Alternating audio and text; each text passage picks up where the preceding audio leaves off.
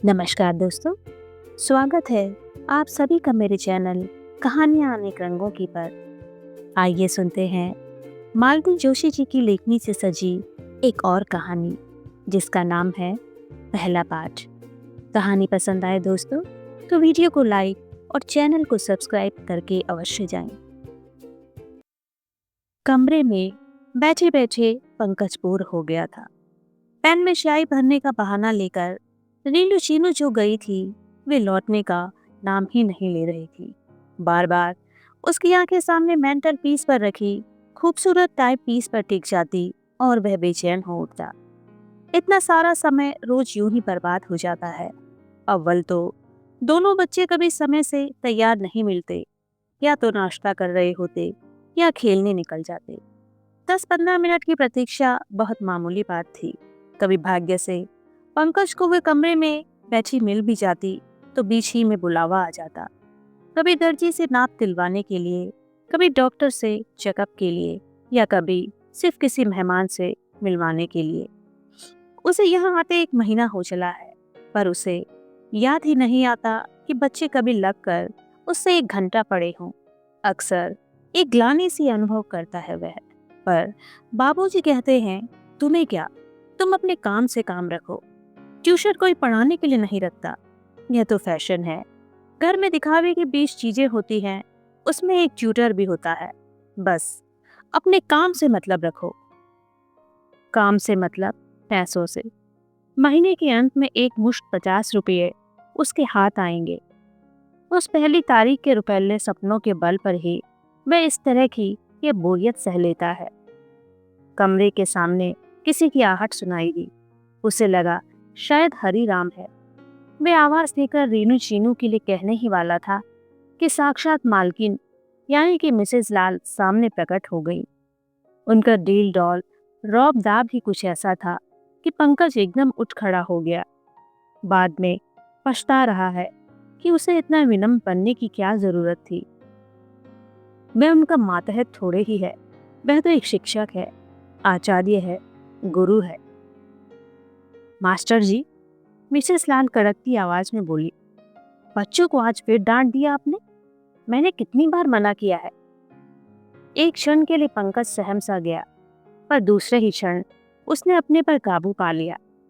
उसे मालूम था दोनों लड़कियां पास ही कहीं कान लगाए खड़ी होंगी। उनके सामने वह अपनी किरकिरी नहीं होने देगा। अपनी आवाज को भरसक रौबदार बनाते हुए उसने कहा, होमवर्क नहीं करेंगी तो डांट तो खाएंगी ही। होमवर्क करवाया भी है आपने? वह गर्जी। 2 दिन से स्कूल में बेचारों को पनिशमेंट मिल रही है, ऊपर से आप भी डांटते जा रहे हैं। मैं अपने होमवर्क के लिए डांट रहा था, स्कूल की पनिशमेंट का इससे कोई संबंध नहीं। आपके होमवर्क ही कौन पूछ रहा है? स्कूल का काम क्यों नहीं हुआ, बतलाइए। ये आप लड़कियों से पूछिए। स्कूल का काम करवाना मेरी ड्यूटी नहीं, वह अपने आप ही करना होता है। अपने आप ही करना होता है तो फिर आपकी क्या जरूरत है? ठीक कह रही हैं आप, मेरी सचमुच कोई जरूरत नहीं। नमस्कार। और सचमुच वह दंदनाता हुआ निकल आया। रास्ते भर सोचता रहा, समझते क्या है ये लोग? ट्यूटर ना हुआ, उनका घरेलू नौकर हो गया। जब चाहा डांट दिया, फटकार दिया, घमंडी कहीं के। घर पहुंचा तो बाबूजी, पिंकी, बबलू और दीदी खाना खा रहे थे। जब से ये ट्यूशन लगी है वह रोज पिछड़ जाता है। माँ उसके लिए बैठी रहती है। बड़ी जल्दी आ गया आज, चल आजा तू भी खाना खा ले, माँ ने कहा। दीदी ने उठकर उसकी भी थाली लगा दी। आज जल्दी आ गया? बाबूजी ने ही पूछ लिया। वे लोग बाहर गए हैं, उसने दबी जबान से कहा। बाहर मतलब? पंकज बड़ी खूबी से इस प्रश्न को अनसुना करता हुआ बोला, यहाँ चूल्हे के पास बैठकर कितना अच्छा लग रहा है, बाहर इतनी ठंड है। ठंड तो है ही, साइकिल पर तो और भी ज्यादा लगती होगी। तेरी ट्यूशन के पैसे मिल जाए तो अपनी दीदी को ऊन ला देना, वह एक पूरी बाह का स्वेटर बुन लेगी। हाफ में क्या दिसंबर की ठंड रुकती है? माँ ने कहा तो बाबूजी बोले, अब कब तक तो ऊन आएगा और कब वह बुना जाएगा? सीधे रेडीमेड ले डालो एक। 50 में रेडीमेड कहाँ से आएगा? दीदी फुसफुसाई, अरे आता है, मैंने देखा है, ये नेपाली लोग क्या स्टॉक रखे हुए हैं। पर बाबूजी को माँ ने बोलने ही नहीं दिया। मैं कहे देती हूँ, नेपाली व्यापाली नहीं चलेगा। एक वे पिछले साल लाकर दिया था, उसने एक भी दिन नहीं पहना। फिर बाबूजी ने आज के लड़कों की फैशन परस्ती पर लंबा भाषण दे डाला। पंकज चुपचाप सुनता हुआ खाना खाता रहा। ट्यूशन के 50 रुपये का तरह तरह से हिसाब होता रहा, पर उसने जानबूझकर इस चर्चा में जरा भी रस नहीं लिया। खाना खाकर हाथ धोने के बहाने वह आंगन में आ गया और बाबूजी के बाहर जाने की प्रतीक्षा में वहीं खड़ा रहा। माँ से आज की बात कहने का साहस संजोता रहा। तभी दीदी आंगन में आई। जूठे बर्तनों का ढेर मोरी के पास रख कर निकट आती हुई बोली, पंकज, तेरी ट्यूशन मिल जाए तो 10 रुपये मुझे दे सकेगा? 10 रुपये? हाँ रे, स्टाफ में 2 के यहाँ शादियां हैं। हम लोगों के यहाँ नियम ही बन गया है, शादी में 5 और बच्चे के जन्म पर 2। इतना तो कंट्रीब्यूशन देना ही पड़ता है। लेकिन दीदी, मेरी तनख्वाह के लिए कह रहा है ना? सारी की सारी बाबूजी को लाकर पकड़ा देती हूँ। कुल 110 ही को मिलते हैं। बाबूजी तुम्हें कुछ भी नहीं देते? देते हैं 10 रुपये, जो बस के किराए में ही खर्च हो जाते हैं। पास में कुछ भी नहीं बचता। क्रीम तक लाने के लिए तरस गई हूँ। हाथ देखना कैसे हो गए हैं। क्रीम के लिए, पाउडर के लिए पैसे मांगूंगी तो घर सिर पर उठा लेंगे। 6 महीने हो गए हैं, मैंने कोई पिक्चर तक नहीं देखी। हिम्मत ही नहीं पड़ती। क्रीम पाउडर के लिए ना सही, पर स्टाफ के कंट्रीब्यूशन के लिए तो मांग ही सकती हो ना। बाबा, पिछली बार चंदेल की शादी के समय कितना तूफान मचाया था, याद है ना? अब इनकी लड़की की शादी नहीं होती तो क्या दुनिया की सब लड़कियां कुंवारी रह जाए? तुम्हारी शादी के लिए तो बाबूजी पैसा जमा कर रहे हैं। हाँ, कर तो रहे हैं। शादी तो जब होगी तब होगी, अभी तो फजीहत हो रही है, दीदी ने कसैले स्वर में कहा और आंचल से आंखें पोंछती हुई अंदर चली गई। अरे, वहां ठंड में खड़े होकर क्या कर रहे हो? बीमार पड़ना है क्या? माँ चिल्ला रही थी। दीदी अंदर चली गई पर पंकज वहीं खड़ा हिसाब लगाता रहा। महीने में 100 अर्थात साल भर में 1200। पिछले 3 साल में इस प्रकार जमा हुए कुल 3600। और 3-4 साल नौकरी करेंगी दीदी, तब कहीं 10-1 हजार जुट पाएंगे। पर तब तक तो दीदी एकदम बुढ़ा जाएंगी। अभी से ही कितनी बड़ी लगने लगी है। और दीदी की शादी होने तक पिंकी भी बड़ी हो जाएगी। फिर वह भी हाई स्कूल पास कर किसी प्राइवेट स्कूल में लग जाएगी। फिर साल दर साल अपना दहेज जोड़ती रहेगी। वाह, क्या खुशनुमा जिंदगी है।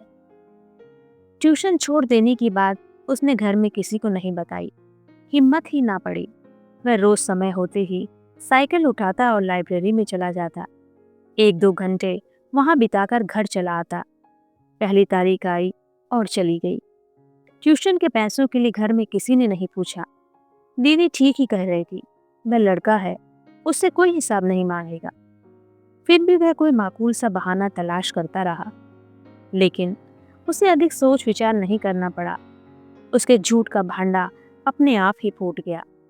उस दिन लाइब्रेरी से लौटा ही था तो बाबूजी ने टोक दिया, कहाँ थे इतनी देर तक? उसकी तरफ से माँ ने ही उत्तर दे दिया, रोज रोज क्या नए सिरे से बताना होगा? ट्यूशन से आ रहा है बेचारा। तुम चुप रहो जी, बाबूजी दहाड़े। जैसी पट्टी पढ़ा देता है तुम मान लेती हो। मैं उतना बेवकूफ नहीं हूं। क्या पट्टी पढ़ाई, जरा सुनूं तो। जानती हूँ, हजरत पिछले 8 दिन से ट्यूशन छोड़ बैठे हैं। मुझे तो गोपाल बाबू ने आज बताया। वह इतने नाराज हो रहे थे, इतना गैर जिम्मेदार निकल जाएगा यह, उन्हें पता नहीं था। नहीं तो अपने बॉस के यहाँ तो नहीं लगवाते। बेचारों को इतना भला बुरा चलना पड़ा है। क्यों रे? माँ ने सिर्फ इतना ही कहा, पर उन 2 शब्दों में केवल कौतूहल नहीं था, निराशा थी, दुख था। हाँ, मैंने छोड़ दिया है माँ जाना। इतना अपमान मैं बर्दाश्त नहीं कर सकता। ऐसा क्या अपमान किया है उन्होंने? क्या गाली दी है? अफसर आदमी है, थोड़ा मोड़ा कहते ही रहते हैं, सह लेना पड़ता है। We must learn to pocket the insult. आप सहन कीजिए, मैं नहीं सह सकता। मैं तो सहन करूंगा ही, करता ही आया हूं। नहीं तो गृहस्थी की गाड़ी यहाँ तक कैसे खींच लाता। तुम राजा आदमी हो, अकड़ सकते हो, मैं तो बोझा ढोने वाला मजदूर हूँ, मेरी औकात ही क्या है। बाबूजी पता नहीं कितनी देर इसी तरह बड़बड़ाते रहे। लगता था गोपाल बाबू ने उन्हें काफी जलील किया है और अब वे अपना गुस्सा पंकज पर उतार रहे थे। 2 दिन तक घर का वातावरण बड़ा बुझा बुझा रहा। सब लोग उससे ऐसे कतरा रहे थे मानो उसने बहुत बड़ा अपराध कर डाला हो। पंकज अनजाने ही स्वयं को दोषी महसूस करने लगा। दीदी की ओर देखने का भी उसमें साहस नहीं रह गया था। 5 तारीख को जैसे इस सहमे सहमे वातावरण में अचानक एक विस्फोट हो गया। उस दिन दीदी का वेतन मिला था। बाबूजी के दफ्तर से लौटते ही उन्होंने 100 का एक नोट उन्हें थमा दिया। एक हाथ में रुपये, दूसरे में चाय का कप लेकर बाबूजी दीदी को घूरते रहे। बोले कुछ नहीं, पर मैं बुरी तरह सकपका गई। हकलाती हुई बोली, वो 10 रुपये महीने की हम लोगों ने एक स्कीम स्टार्ट की है। इतना कांप रही थी दीदी कि उनसे ढंग से झूठ भी नहीं बोला गया। अपने आप ही सारा तय कर लिया, तो फिर इसकी भी क्या जरूरत थी। और बाबूजी ने नोट फर्श पर ऐसे बेरहमी से फेंक दिया जैसे वे कागज का एक मामूली टुकड़ा हो। दीदी का महीने भर का परिश्रम जैसे एक क्षण में मिट्टी हो गया। पंकज को ताव आ गया। रुपये उठाते हुए बोला, इतना गुस्सा क्यों कर रहे हैं?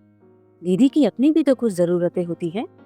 उनके लिए 10-5 रुपये अगर वे रख भी लेती हैं तो क्या गुनाह करती हैं? उसकी जरूरतों को लिए क्या मैंने कभी मना किया है? बाबूजी एकदम फट पड़े। आगे उसे 10-5 रुपये देता रहता हूँ, अपने पास से देता हूँ। यह मत समझो कि उसके सारे तनख्वाह डकाट जाता हूँ। मुझे गोमाता की कसम है जो मैंने पाई भी छुई हूँ। लाना जी वो पासबुक जरा, हजरत अपनी आंखों से सारा हिसाब देख लो। गरीब हूँ पर कमीन नहीं हूँ। 4 पैसे कमाने की तमीज नहीं है, हजरत मुझे अकल सिखाने चले हैं। इतना चीख चीख कर बोले जा रहे थे बाबूजी कि उनकी आवाज फटने लगी थी। पास पड़ोस के लोग झांक कर देखने लगे थे। इतनी शर्म आ रही थी पंकज को। जरा सी बात का इतना बड़ा कांड हो जाएगा, इसका उसने अनुमान नहीं था। दीदी की शक्ल तो ऐसे हो गई थी कि देखकर रोना आता था। अपनी गर्जन तर्जन से जब संतुष्ट हो गए तब बाबूजी पैरों में चप्पल डालकर बाहर निकल गए। घर में एकदम सन्नाटा छा गया। शाम से ही सब बिस्तरों में दुबक गए। माँ, दीदी, पंकज सब दम साधे पड़े थे, पर पिंकी और बबलू बार बार करवटें बदल रहे थे। दोनों का मुंह इतना सा निकल आया था। पंकज का मन एक साथ ही आक्रोश और करुणा से भर उठा। बेचारे बच्चों ने सुबह 10 बजे खाना खाया होगा। स्कूल से लौटकर केवल 1 कप चाय मिली होगी। बहुत हुआ तो बासी रोटी। नींद आए तो कैसे, पेट में तो चूहे कूद रहे होंगे। फल फूल, मेवा मिठाई ना सही, 2 जून खाना तो ठीक से मिलना ही चाहिए इन्हें। वह तैश में आकर माँ के सामने खड़ा हो गया। माँ, खाना दो, भूख लगी है। माँ ने उसकी ओर ऐसी दृष्टि से देखा जैसे उसने कोई अशोभनीय बात कह दी हो। पंकज ने उस ओर ध्यान ही नहीं दिया। कठोर स्वर में बोला, दिन भर के भूखे हैं बच्चे, आपको उनका भी ख्याल नहीं है? बाबूजी का क्या है, उनकी तो जेब में पैसे होते हैं, कहीं भी चाय नमकीन पेट में डाल लेंगे, पर औरों का तो ख्याल कीजिए। माँ कुछ नहीं बोली, चुपचाप उठकर रसोई में आई और चूल्हे में लकड़ी देने लगी। चूल्हे पे पड़ी अधबनी सब्जी फिर खदकने लगी। उतनी देर पंकज सबके लिए थाली, कटोरी, आसन आदि लगाता रहा। पिंकी बबलू को ज्यादा मनाना नहीं पड़ा। दूसरी ही आवाज में वे आ गए। कोने में गुड़ी मुड़ी होकर सुबकती हुई दीदी को वह करीब करीब उठाकर ले ही आया था, पर लाख कस्में दिलाने के बावजूद उन्हें 2 कौर खिला नहीं सका। हार कर उसने प्रयत्न ही छोड़ दिया और वे वापस अपने बिस्तर पर चली गई। तुम्हारे भाग्य में रोना ही लिखा है, तो मैं क्या कर सकता हूँ? वे मन ही मन बुदबुदाया। जरा भी सख्त मिट्टी की होती तो यहाँ काहे को पड़ी रहती? पांडे जी की रमा की तरह ठाठ से अपना ब्याह रचा लेती, या फिर कोई अच्छी सी नौकरी लेकर बाहर चली जाती, आजादी से रहती। यहाँ उस फटीचर स्कूल में क्यों सड़ती? बच्चे तृप्त भाव से खाना खा रहे थे।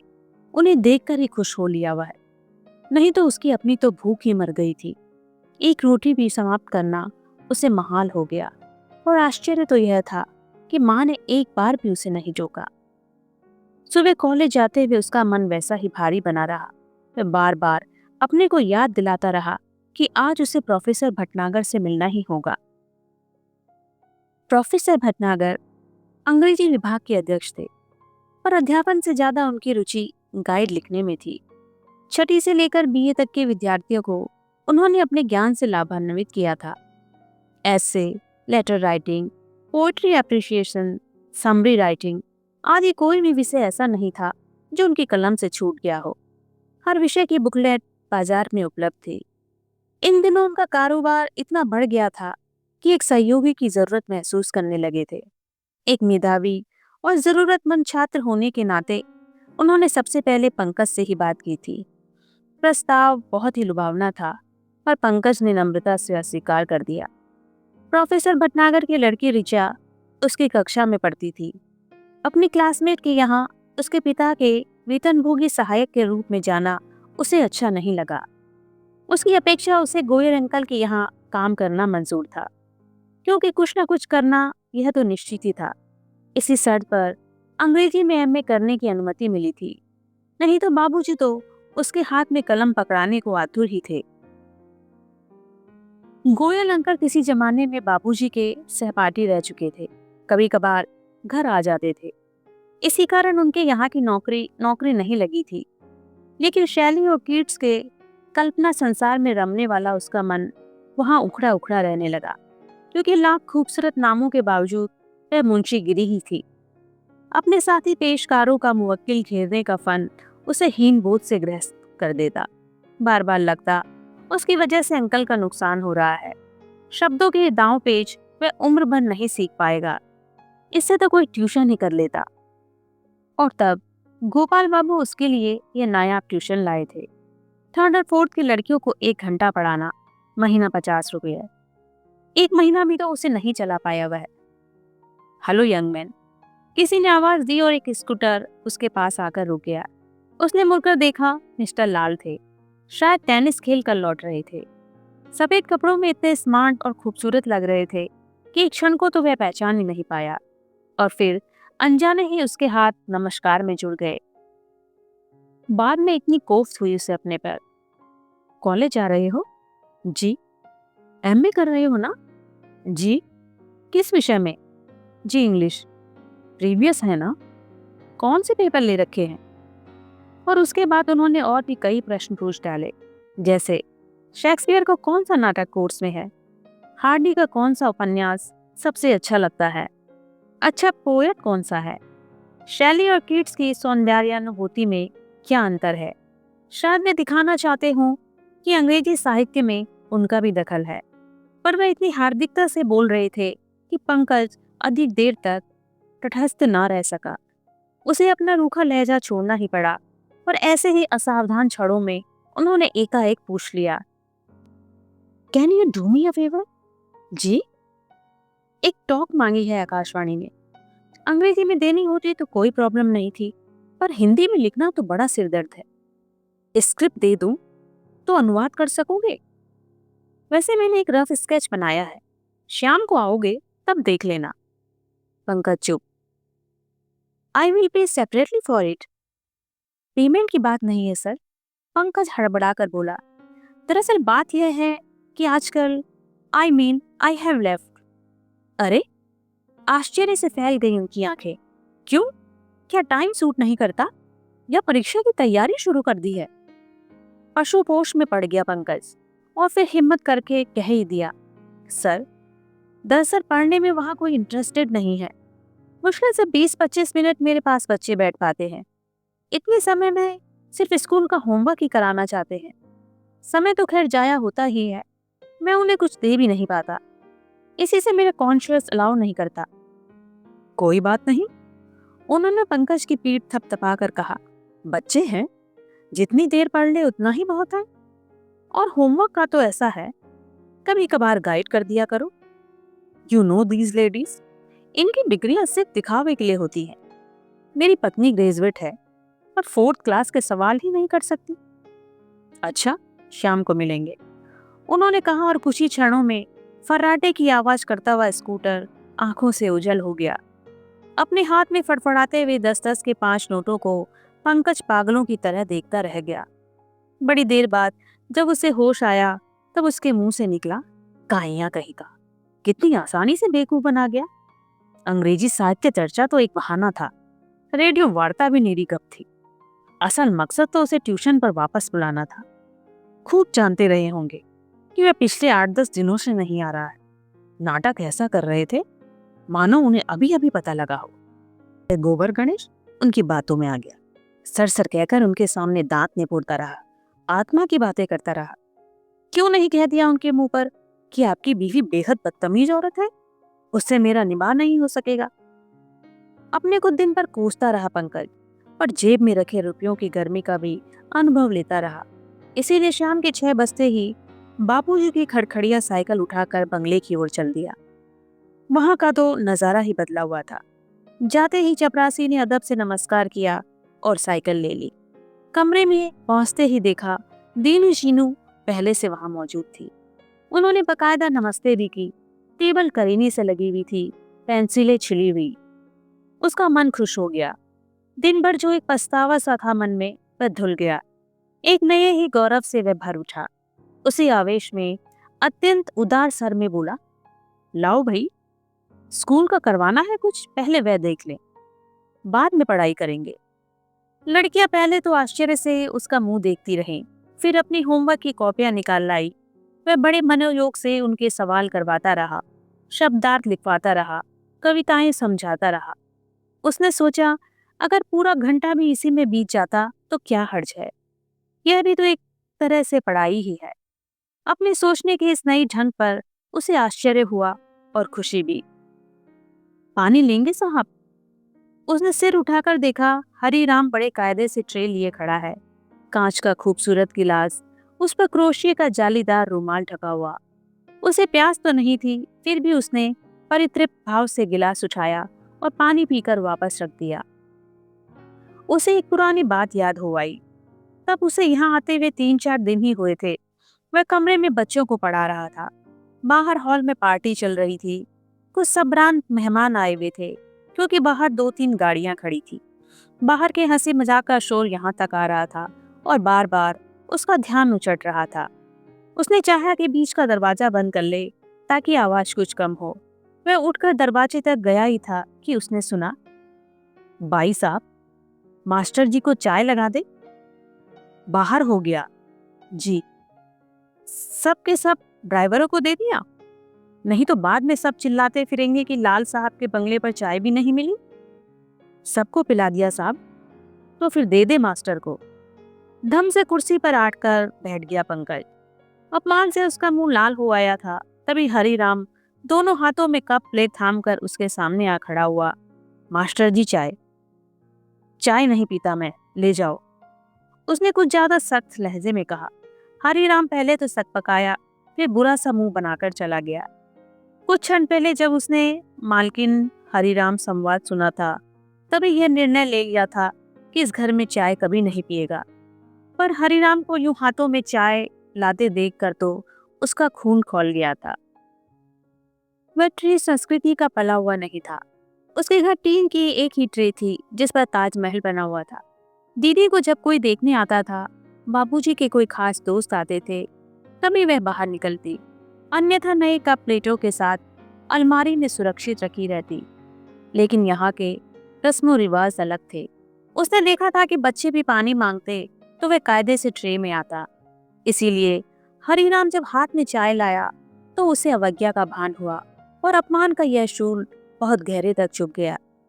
पर आज तो उसके लिए पानी भी ट्रे में लाया गया। जरूर मिस्टर लाल ने सबके कान उमेशे हैं। वह खुश हुए बिना नहीं रह सका। एक अनोखे दर्द से उसका चेहरा चमकने लगा। पढ़ाकर वह बाहर निकला, तब भी उसकी चाल में एक आत्मविश्वास था, रौब था। हॉल में शायद कोई बैठा था। पोर्च में अंदर की आवाजें साफ सुनाई दे रही थी। वह साइकिल का ताला खोल रहा था जब उसने सुना, मिसेस लाल, मास्टर फिर से आने लगा क्या? आएगा नहीं तो जाएगा कहाँ? 50 रुपए कम होते हैं? तो बीच में अकल कहाँ गुम हो गई थी? वही तो, इन्होंने तो ऐसे कसकर डांट लगाई। भला यह भी कोई तरीका है? परीक्षा सिर पर है और आप बिना बताए घर बैठ गए, कोई सूचना भी नहीं दी। पंकज का गुस्सा फिर उबलने लगा। इच्छा हुई कि दनादन सीढ़ियां चढ़कर सामने पहुंच जाए और कहे कि तुम्हारे श्रीमान जी ही चिरौरी करके लौटा लाए हैं मुझे, नहीं तो मैं उन 50 रुपयों पर थूकता भी नहीं। पर नहीं हो सका, उससे यह सब नहीं हो सका। बाबूजी का असहाय क्रोध, माँ की उदास आंखें, दीदी की मूक वेदना, सबने मिलकर उसका रास्ता रोक लिया। निरुपाय सा वह लौट पड़ा। बाबूजी ठीक ही कहते हैं। अपनी खड़खड़िया साइकिल पर पैडल मारता हुआ वह सोच रहा था, बाबूजी ठीक ही कहते हैं। We must learn to pocket inside. Yes, we must. अभी आपने सुनी मालती जोशी जी के द्वारा लिखी गई कहानी के बारे में अपने विचार कमेंट बॉक्स में लिखकर अवश्य साझा करें। मिलते हैं फिर एक नई कहानी के साथ एक नई वीडियो में।